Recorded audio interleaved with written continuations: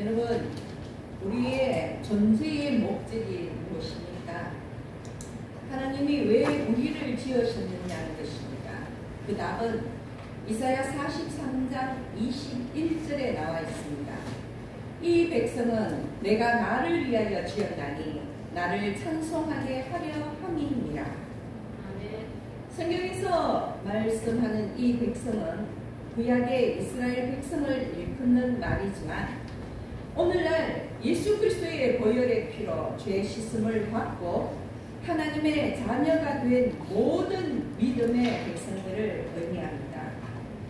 오늘도 성가대에서 참 은혜로운 찬송을 하나님께 올려드렸는데요. 하나님께서 바로 그렇게 찬송받기 위하여서 하나님을 위하여 우리를 지으셨다는 것입니다. 그러므로 우리의 존재의 목적은 하나님을 찬송하기 위함입니다. 궁극적으로 하나님을 기쁘시게 하기 위해서 지어졌다는 것입니다. 여러분 물론 다 아시겠지만 하나님은 스스로 존재하신 분이요 처음부터 계신 분입니다. 수련하거나 연구하거나 도를 깨달아서 신의 경지에 오른 것이 아니라 하나님은 원래부터 하나님이었습니다. 하나님은 원래부터 신이었습니다. 절대자요 전지전능하신 분이며 유일신입니다. 여러분 생각해 보십시오.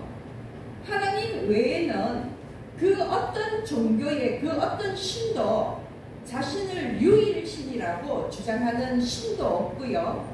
그 종교를 믿는 사람들조차도 자신들의 신을 유일신이라고 말하는 사람은 없다는 것입니다. 오직 우리가 믿는 하나님만이 유일신이요 우리만이 하나님을 유일신이라고 주장하고 있습니다. 하나님께서 스스로 그렇게 말씀하셨고 우리 역시 그렇게 믿고 있는 것입니다. 하나님은 세상에 난무하는 만들어진 신들 중에 하나가 아니라 처음부터 스스로 계신 유일신이요 조물주이신 것입니다. 찬양받기에 합당하신 분이요 그렇기 때문에 찬양받기 위하여서 우리를 지으신 것입니다. 어느 신학생이 교수님에게 교수님 하나님도 연구의 대상입니까? 라고 물었답니다. 교수님이 대답하셨습니다. 우리가 하는 신학은 하나님을 연구하는 것이 아니라 하나님의 말씀을 연구하는 것이다. 여러분 그렇지요. 우리가 어떻게 피조물인 우리가 어떻게 우리를 지으신 하나님 그 존재의 위대함을 연구할 수 있겠습니까? 그 하나님의 말씀조차도 티끌만큼도 깨닫지 못하고 살아가는데 그 말씀의 주인이신 하나님을 연구한다는 것은 말이 안 되는 것입니다.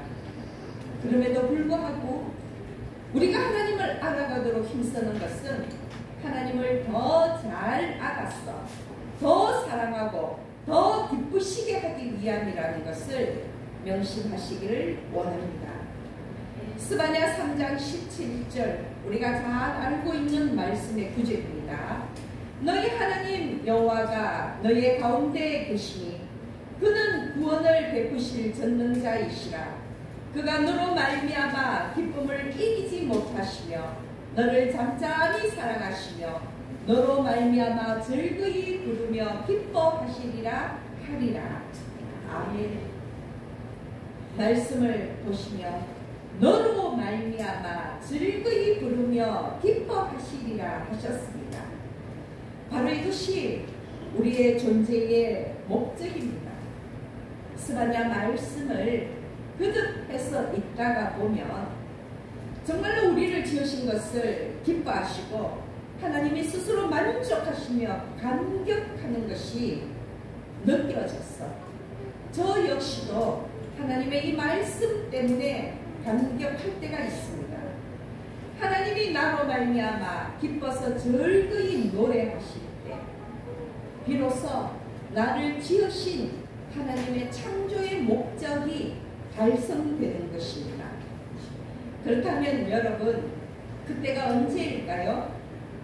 하나님의 창조의 목적이 달성되는 때, 우리의 존재의 목적이 완성되는 때가 언제일까 하는 것입니다.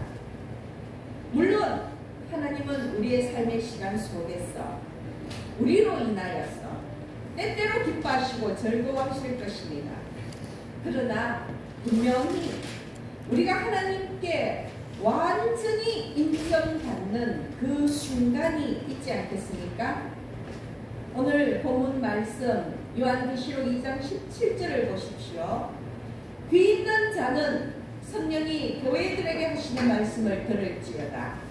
이기는 그에게는 내가 감추었던 만나를 주고 또 흰 돌을 줄 터인데 그 돌 위에 새 이름을 기록한 것이 있나니 받는 자 밖에는 그 이름을 알 사람이 없도다. 아멘.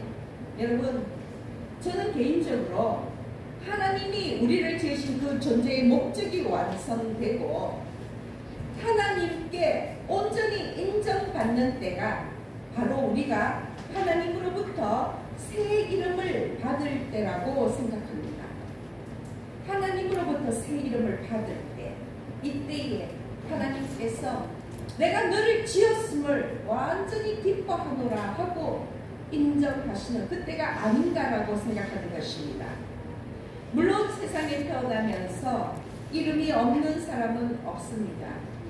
대개는 부모님이 지어주시지만 그 이름에는 정말 자식이 그 이름처럼 잘 되기를 소망하면서 또는 이름이 그 자식의 삶의 이정표가 되기를 바라면서 부모의 간절한 기대와 바램을 담아서 이름을 짓습니다. 성도들은 신앙적인 소망을 그 이름에 담아내기도 하고요. 또는 대부분의 이름들을 보면 그 집안의 정체성을 드러내기도 합니다. 돌림자를 써서 이름을 지으면서 한 형제요, 한 가문이요, 한 뿌림을 강조하면서 계보를 이어가는 것입니다. 그래서 이름은 각 사람의 개성을 표현해주고 그 이름은 그 사람의 삶의 이력이 되기도 합니다. 선한 사람은 선한 대로, 악한 사람은 악한 대로, 평범한 사람은 평범한 대로, 훌륭한 사람은 훌륭한 대로 그 사람의 이름이 그 사람을 대변해 주는 것입니다. 그래서 이미 우리는요, 누군가의 이름을 들으면 그 이름 석자를 듣는 것으로 끝나는 것이 아니라 그 사람의 모습, 말투, 행동, 성격은 물론이고 그 사람의 생각이나 품성까지도 한순간에 머릿속에 다 입력이 되는 것입니다. 한 사람의 이름은 그 사람의 겉모습뿐만이 아니라 그 사람이 속에 가지고 있는 인격이나 기질이나 품성까지도 다 포함하는 것입니다. 그런데 여러분, 그럼에도 불구하고요, 지금 우리가 가진 우리의 이름은 불완전한 이름입니다. 불완전한 이름이라는 것입니다.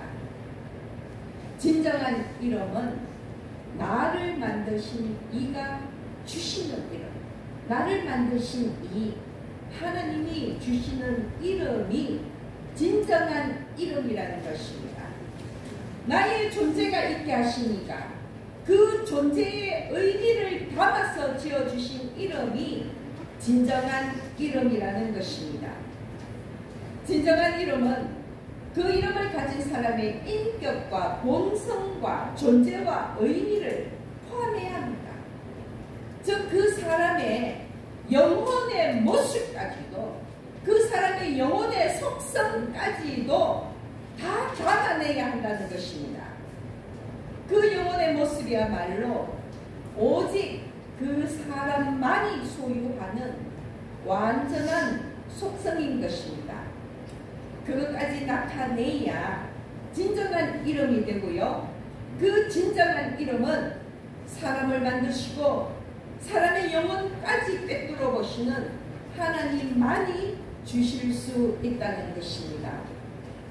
죄송하지만 뒤에 에어컨 좀 꺼주시기 바랍니다. 그런데 그렇다면 하나님이 언제 그 이름을 주십니까? 말씀에 기록되어 있습니다. 오늘 본문 말씀을 보면 그 사람이 이겼을 때에 그 이름을 주십니다.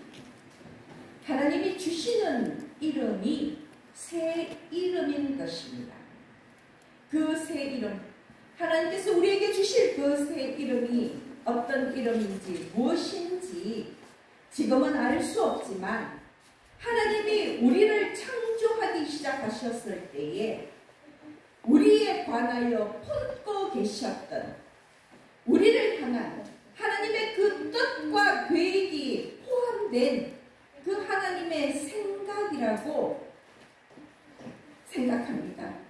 창조 과정 속에서 한 번도 변함없이 품고 계셨던 우리를 향한 하나님의 뜻과 계획이 바로 우리의 존재의 모습이며 존재의 목적이고 그것이 바로 하나님이 우리에게 주시는 새 이름인 것입니다. 말씀 속에서 이긴다는 것은 실제적인 믿음의 승리입니다. 그리고 결국에는 그 믿음의 승리를 통해서 나 자신이 하나님의 창조의 목적에 도달하는 것을 말합니다. 우리가 우리 존재의 목적, 하나님께서 우리를 지으신 그 처음의 목적과 일치할 때에 새 이름이 주어진다는 것입니다. 그러나 여러분, 말씀 속에서 새 이름이라고 하지만 실제적으로는요, 하나님께서 우리를 창조하실 때에 이미 하나님께서 품고 계셨던 이름입니다. 새 이름이지만 이미 우리의 그 이름은 우리가 창조되던 그때에 하나님께서 품고 계셨던 이름이라는 것입니다. 단지 그 이름을 언제 받느냐, 하나님의 그 이름에 부합한 존재가 되었을 때 받을 수 있다는 것입니다. 말씀을 보시면 이기는 사람에게 하나님은 감추었던 만나를 주십니다. 유대인의 전승에 의하면요, 솔로몬 성전이 무너질 때에 예레미야 혹은 천사에 의해서 원래 법궤 안에 있던 그 만나가 감추어졌다고 합니다. 그래서 이 만나는 예수 그리스도를 상징하는데 예수님이 다시 오실 때에 생명의 떡이신 예수 그리스도를 통해서 영원한 생명 양식을 공급받게 될 것이라는 것을 암시하고 법궤 안에 감추어졌던 이 만나는 다시 오시는 예수님으로 말미암아 완성된다고 이야기하는 것입니다. 결국에 생명의 떡이신 예수님을 만난다는 것, 감추어졌던 만나를 다시 받는다는 것은 예수님과 함께 천국 잔치에 참여하는 것입니다. 그리고 또 하나, 오늘 우리 말씀의 주제가 되는 이기는 사람에게 하나님은 흰 돌을 주십니다. 고대 세계에서 흰 돌은요, 다양한 용도로 쓰였습니다. 보석이 될 수도 있고 사법적인 판단을 하는 기구나 투표 도구로 쓰이기도 하고요. 때로는 잔치나 연회에 들어갈 수 있는 표식이 되기도 하고 경기에서 승리한 자에게 주는 표식이기도 합니다. 참으로 흰 돌은 여러 의미로 쓰여졌지만 중요한 것은 선택받은 자에게 주는 아주 특별한 표식이었다는 것입니다. 그래서 이 흰 돌을 성경적으로 해석한다면 예수 그리스도의 구원의 잔치에 참여할 수 있는 자격이 주어지는 사람이 받는 것이 바로 흰 돌입니다. 흰 돌을 받은 자는 하나님의 구원의 잔치에 참여하는 단순하게 이야기하면 힌도를 받은 사람은 구원받은 자요, 천국에 입성하는 자라는 것입니다. 그런데 흥미로운 것은 그 돌 위에 이름이 새겨져 있다는 것입니다. 누구의 이름이겠습니까? 바로 그 돌을 받은 자의 이름입니다. 믿음의 승리를 거두고 마침내 하나님으로부터 흰 돌을 받은 자만이 그 돌에 그 이름이 새겨지고 그 돌 위에 새겨진 자신의 이름을 확인할 수가 있다는 것입니다. 자기를 만드신 하나님의 그 창조의 목적에 부합하기 위해서 모든 노력을 기울이고요, 믿음으로 승리하면서 한 계단 한 계단 올라가서 드디어 자기 존재의 그 정점에 올랐을 때에 새 이름을 받는 것입니다. 끝내 하나님의 품에 안겼어 하나님이 지으신 그 이상적인 자신의 그 완전한 모습을 맞이할 때에 새 이름을 확인할 수 있는 것입니다.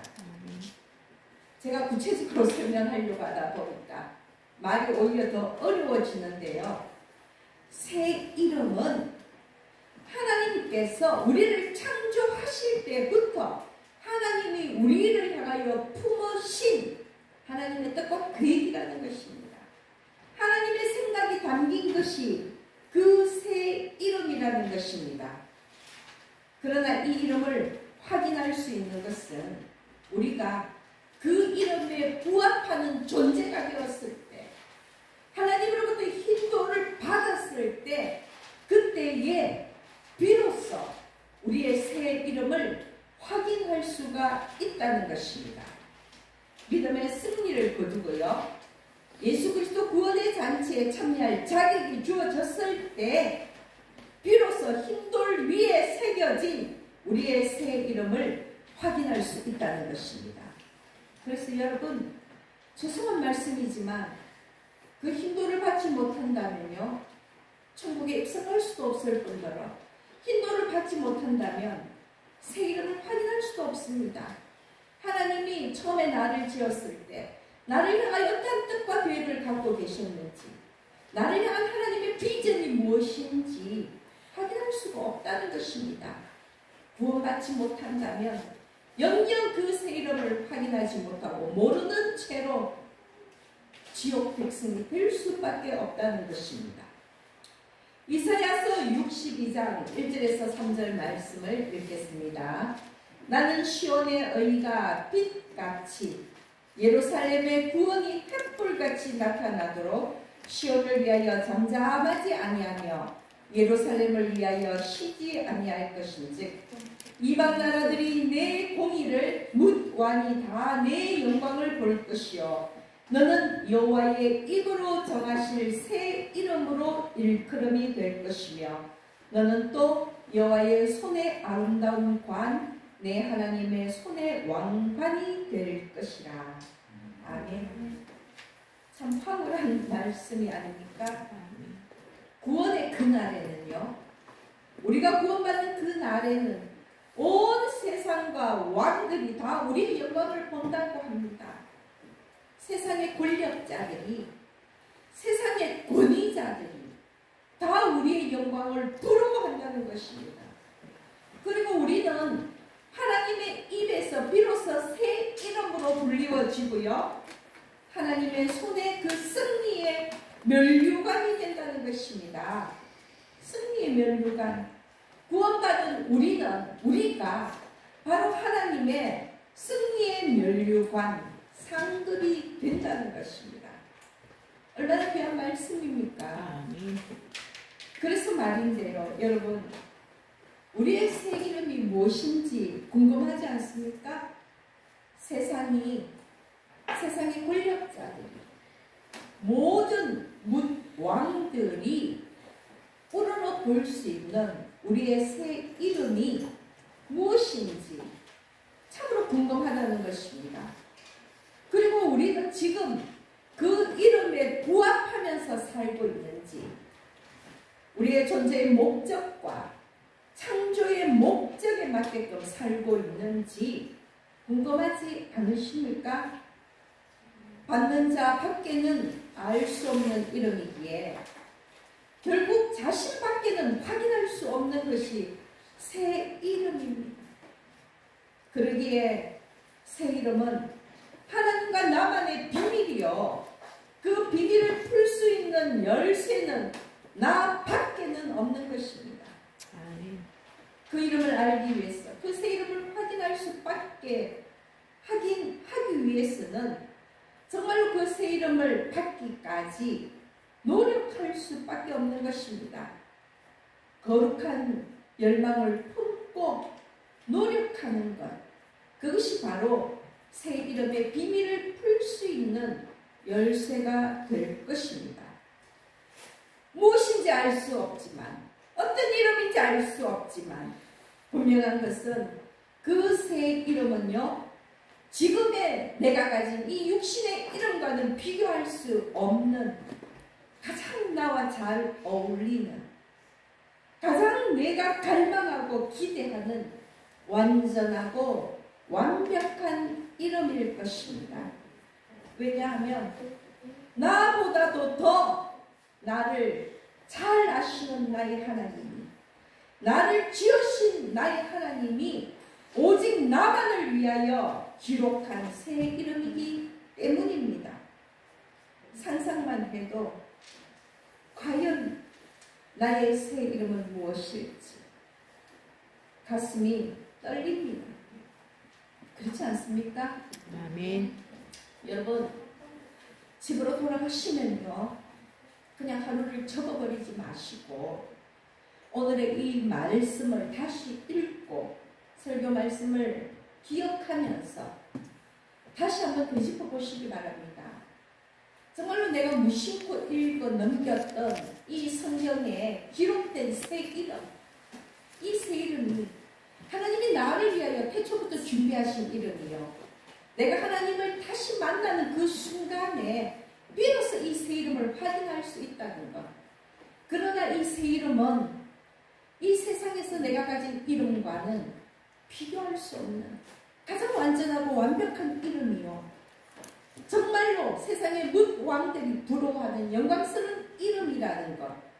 이런 생각만 해도 가슴이 떨린다는 것입니다. 그리고 또한 지금 나의 모습이 어떻든지 내가 하나님 한 분만으로 만족하고 하나님을 증거하면서 하나님과 함께 하고자 노력한다면 우리는 분명히 새 이름에 걸맞게 하나님께로 자라갈 것입니다. 말씀을 준비하다가 문득 이런 생각이 들었습니다. 여러분, 정원의 꽃을 보면요, 이제는 봄꽃이 가고 여름꽃이 오고 있습니다. 정원을 가꾸기 위해서 올 한 해도 열심히 씨앗도 뿌리고 모종도 심었습니다. 그러나 생각해 보시면요, 씨앗도 모종도 그 꽃의 이름에 걸맞은 모습은 아니라는 것입니다. 저는 이런 봄에 메리골드 씨앗을 뿌렸는데 그 씨앗의 이름은 메리골드이지만 그 씨앗의 모습이 메리골드 꽃의 모습입니까? 결코 아닙니다. 그냥 티끌 같은 그런 모습입니다. 거기서는 꽃의 모습을 찾아볼 수가 없습니다. 그렇다고 그 씨앗을 정원에 뿌릴 때 에이, 너는 아무거나 되라, 이렇게 뿌리지는 않습니다. 비록 티끌 같은 씨앗을 뿌리지만 메리골드 꽃을 머리에 떠올리면서 메리골드 꽃이라 생각하고 뿌리는 것입니다. 어쨌든 그 씨앗의 이름은 아무거나가 아니고 메리골드입니다. 지금도 가끔 모종을 사서 심고 있는데요, 배달되어 오는 모종의 모습도 완벽하지 않습니다. 여러분도 느낄 것입니다. 때로 꽃을 달고 오는 것도 있지만 대부분은 겨우 싹을 틔웠어. 이파리 몇 장만 달고 배달되어 오는 것이 대부분입니다. 얼마 전에 맨발 걷기 하는 길 옆에 블루세이지 모종을 심었습니다.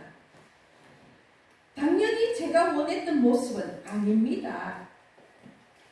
이게 뭐지 싶을 정도로 굉장히 실망스러운 모습입니다.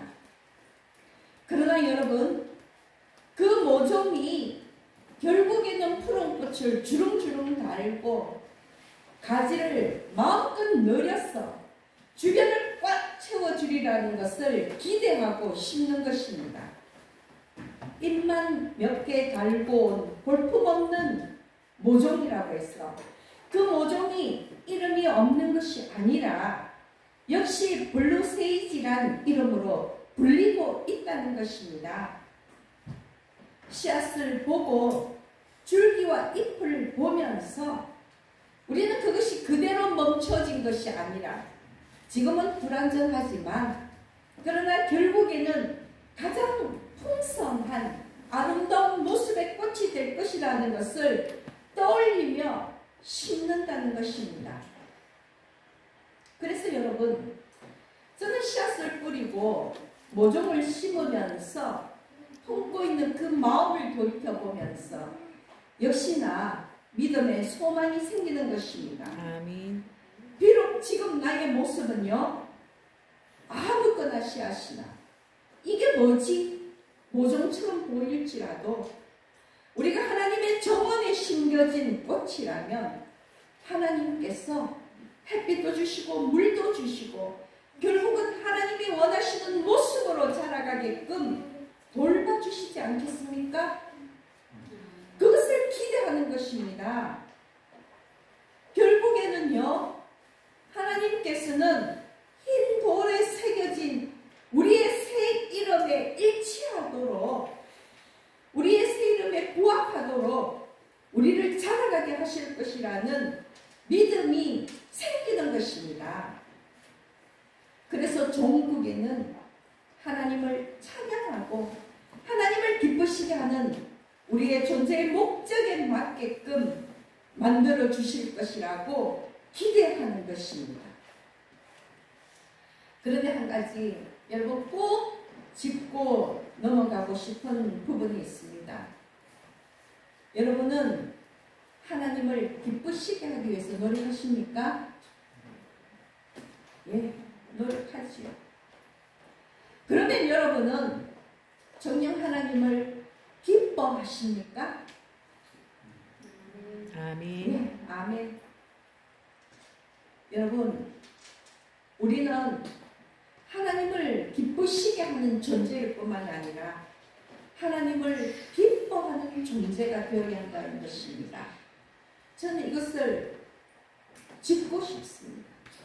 하나님을 기쁘시게 한다는 것은 뭔가 의도적이고 뭔가 수동적인 느낌이 나지만 하나님을 기뻐한다는 것은 굉장히 주체적이고 능동적인 느낌이 나지 않습니까? 누가 시키지 아니하여도, 누가 강요하지 않아도, 누가 부탁하지 아니하여도 나는 하나님이라는 그 존재만으로, 하나님의 그 이름을 떠올리는 것만으로도 기뻐 죽겠는 것입니다. 그것이 하나님을 기뻐하는 것입니다.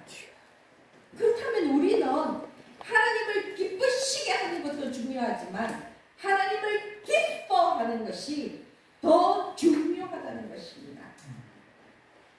여러분의 가정을 한번 생각해 보십시오.